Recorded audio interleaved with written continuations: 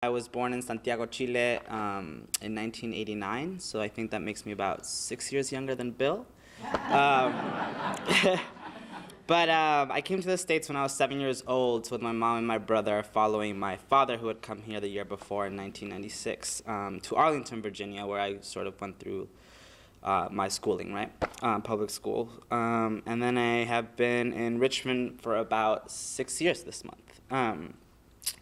And I work with an organization called SONG, or Southerners on New Ground, and we are a lesbian, gay, bi, trans, and queer organization working at the intersections of sexual and gender liberation, as well as racial and economic justice, right? So we were founded by 3 black lesbian feminists, 3 white lesbian feminists who were all doing social justice work across the Southeast, right?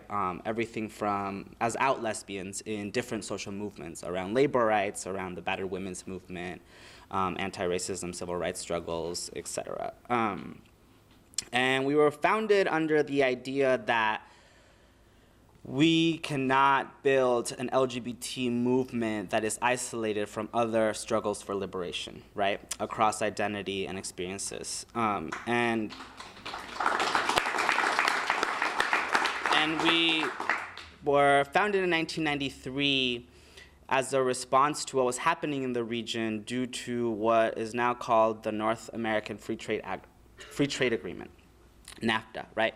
Which was when a sort of legal agreement between Mexico, the US, and Canada that opened up free trade among corporations and large businesses that left Mexican farm workers and its farm worker economy devastated, that led to what we now have seen a huge increase in migration to the Southeast, but across the country, right?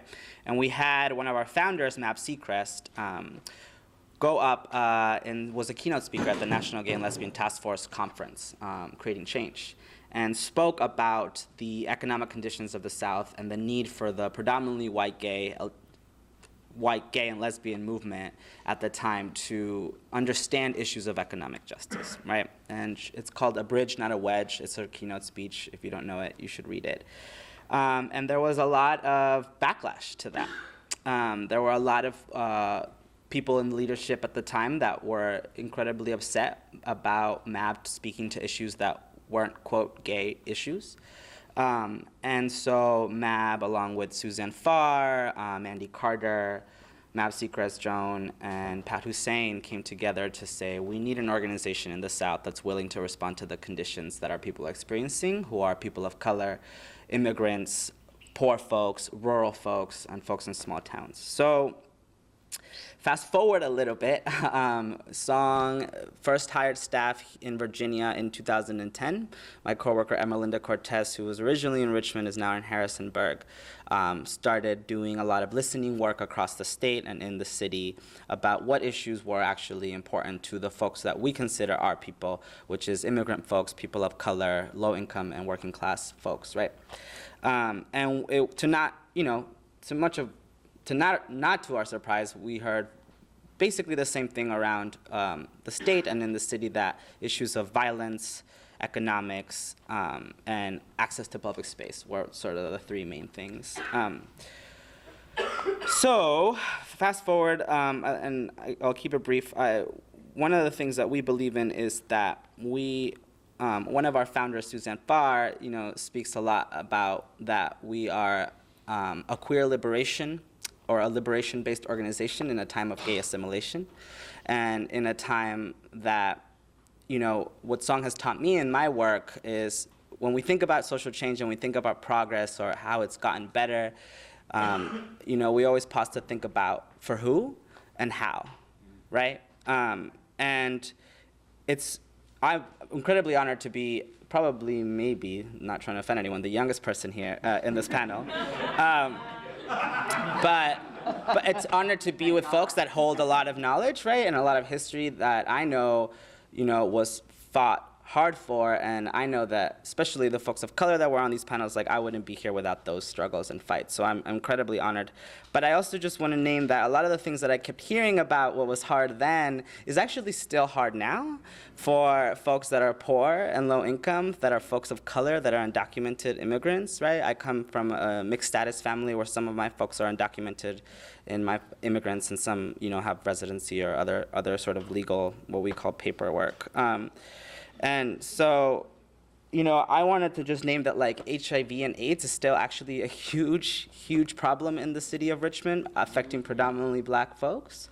There's an organization called the Minority Health Consortium that has an incredible amount of LGBTQ Black leadership doing weekly outreach work at the bars and on the street, right, to sort of protect and educate their communities and our communities. There's organizations like the Richmond Reproductive Freedom Project, fighting for the rights of low-income people across the state to have access to healthcare and abortion, right, to protect their own, to make decisions about their own bodies and their own lives with an incredible amount of queer leadership. There's organizations like the Virginia Anti-Violence Project, but also the Virginia Sexual and Domestic Violence Action Alliance that has a lot of LGBTQ leadership that's actually willing to address issues that a lot of us are actually ashamed to talk about or don't want to talk about because they're not sexy or because they're not fundable, right? And you know, one of the wrapping it up. Okay, well, Keep going.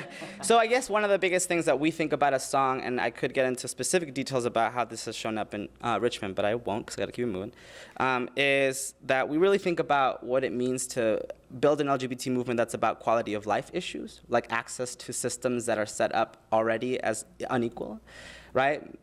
Marriage, right? Everyone deserves love, and everyone should have access to that, and we know that that's a homophobic and transphobic policy, and it's also a quality of life issue. Where and what does it mean to focus our funding, to focus who we prioritize in leadership around issues of quality of life or life or death LGBTQ issues?